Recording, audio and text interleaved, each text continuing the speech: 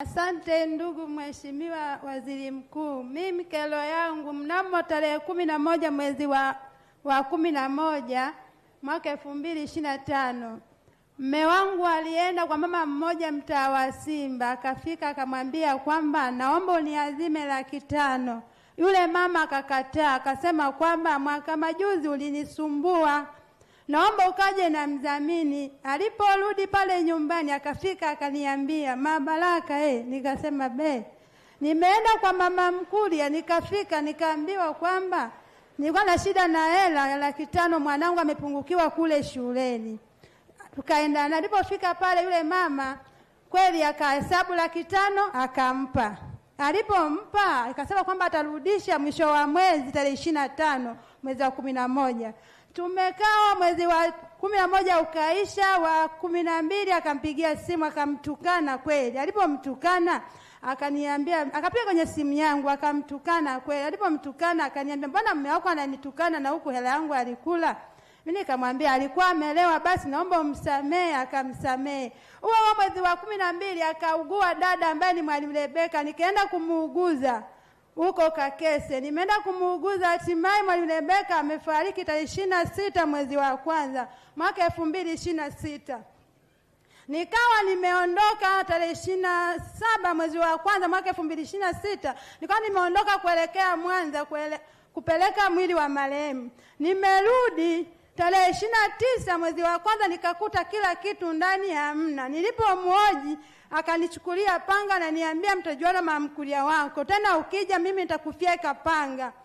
Kilichofuata huo muda nikachukua jukumu la kwenda kwa mwenyekiti. Nilipofika kwa mwenyekiti sikumkuta nikamwambia mtendaji yupo wa kata? Akasema hayupo. Nikachukua namba za mtendaji kata. Nilipofika nikampigia, akasema mama niko mbali, subiri nirudi. Ikawa imetoka hiyo. Basi siku moja nikaenda kwa afisa tawala. Tulipofika kwa mkuu wa wilaya pale kuna afisa tawala mmoja hivi. Tulipofika nikamuelezea. Nilipomuelezea akamuita. Alipomuita tuna yule mama, alipomuita yule afisa tawala alinitukana. Kwa kweli alinitukana yule afisa tawala. Sina hamnaye tena. Yaani mkuu wa wilaya anamfahamu yule afisa tawala. Tena yupo hapa nimemuona. Alinitukana sana.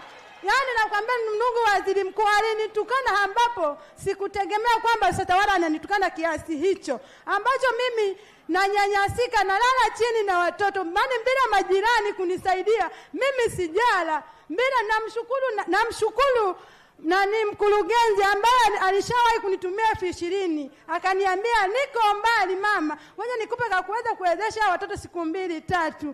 Lakini wengine pote nimepita Waziri Mkuu, ninachopokea ni mabango ananiambia kwamba kwani una cheti cha ndoa? Hivi Waziri Mkuu, unapokaa na mtu miaka 8 sio mke?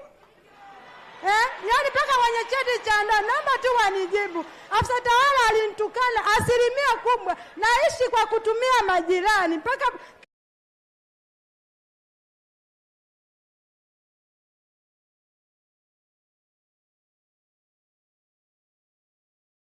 hii kuifikisha hapa. Naomba Waziri Mkuu unisaidie nipate vitu vyangu pamoja na kiwanja changu. Na arudisha hela ya yule mama alipoenda kukopa 500,000 taslimu. Ikawa ni mzunguko na alishalipia mtoto ada. Na huyo ni Mwalimu Mungoja anafundisha shule ya msingi. Afisa tawala uko wapi?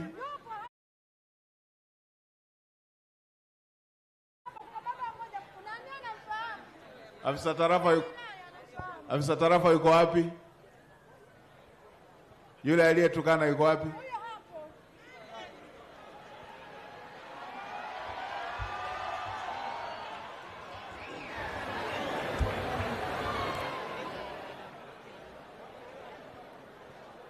Hebu tuambie hicho kisa. Kwa nini kwanza umemtukana mwananchi aliyeleta kero yake ofisini?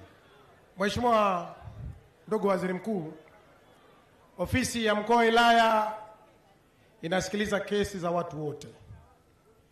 Kwa nini umemtukana? Kuna tuma hiyo kwamba umemtukana alipokuja. Mheshimiwa Waziri Mkuu, ofisi ya mkuu wa wilaya inapokea watu wote, wanaoelewa na ambao hawaelewi. Kuhusu kesi ya mama huyu, Mheshimiwa Waziri Mkuu alifika ofisi ya mkuu wa wilaya na alikuja kumshtaki mume wake. Alipokuja kumshtaki mume wake, kwa kuwa ofisi ililetewa malalamiko hayo, mume wake huyu aliitwa. Wakati mume wake ameitwa, ambaye anasema yeye ni mume wake, yule mwanaume ni mtumishi wa serikali, ni mwalimu wa shule ya msingi Tulieni, na hapo nyuma alikuwa shule ya msingi Kasekese. Sasa alipokuja ofisi ya mkuu wa wilaya, tukaona kwa kuwa huyu ni mtumishi tunaweza tukampata. Majira saa 7 Mheshimiwa Waziri Mkuu alifika. Baada ya kufika, tulimsikiliza yule baba. Baada ya muda tukamsikiliza huyu mama.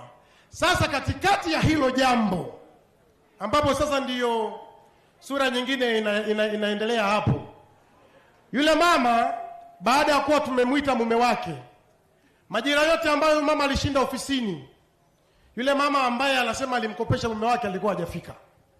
Baada ya mume wake kufika, ambaye ni mwalimu, yule mama ambaye anasema alimkopesha hela naye akafika. Mheshimiwa Waziri Mkuu, tulitumia busara sana. Baada ya kutumia busara zile, swali la kwanza lilikuwa huyu mama, huyu mume ni mume wako? Huyu mama anasema ni mume wangu. Baba, huyu ni mke wako? Anasema sio mke wangu, sijawahi kufunga naye ndoa, nimezaa naye tu mtoto mmoja. Tukasema sawa, haina shida. Kuna changamoto gani? Sasa katikati ya hizo story, mwanamume ambaye ni mwalimu akaja na hoja moja nyingine, kwamba yule mama ambaye anasema amemkopesha yeye hamtambui. Mheshimiwa Waziri Mkuu, mkuu wa mkoa huyu mama anamfahamu, mkuu wa wilaya mama huyu anamfahamu, vyombo vya ulinzi vinamfahamu. Anadai amechukua fedha kwa huyu mama. Mume wewe anakataa. Hakuna maandikishano yoyote ambayo walikuwa wamepewa. Hizi kesi za kusema tumetukana na Mheshimiwa Waziri Mkuu ni kutaka kudhalilishana. Kwa umri wangu, kwa utumishi wangu uliotukuka, siwezi nikafanya hivi.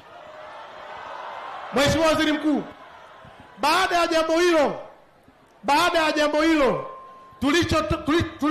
tulitoa ushauri, kama ni kesi ya madai, viko vyombo ambavyo vinashughulika na madai. Tukuombe, nenda ukamshtaki au nenda mahakamani. Mheshimiwa Waziri Mkuu, tulikuwa na kliniki ya kero pale. Alikuja tena huyu mama, na baadaye kwenye zile kero, mumewe wa huyu mama hatukujua ametokea wapi kwenye zile kero, na yeye tukamkuta. Unganisha connection nyingine hapo. Baada ya kusema mgogoro huu, mkuu wa wilaya alimwelekeza afande OCD, ndugu yangu Ntwale, akasema msikilize. Na yeye afande OCD akatoa ushauri wake kwamba kama kuna madai atafute kwa kuyapeleka sehemu ya utatuzi. Mheshimiwa Waziri Mkuu, baada ya yule mama kutoa malalamiko na kupewa ushauri huo, wakati mkutano umekwisha, mimi nikiwa getini sijaondoka, mama huyu alifika na watoto, na aliyelipa hela ni mama Mkulia. Anamlipiaje huyu hela ya bajaji? Nikaunganisha doti nyingine. Mama Mkulia ni yupi? Anafahamika sana, Mheshimiwa mkurugenzi anamjua, mkuu wa wilaya anamjua, mpaka mkuu wa mkoa, na ofisi zote zinamjua. Au ndio huyo aliyenyosha mkono?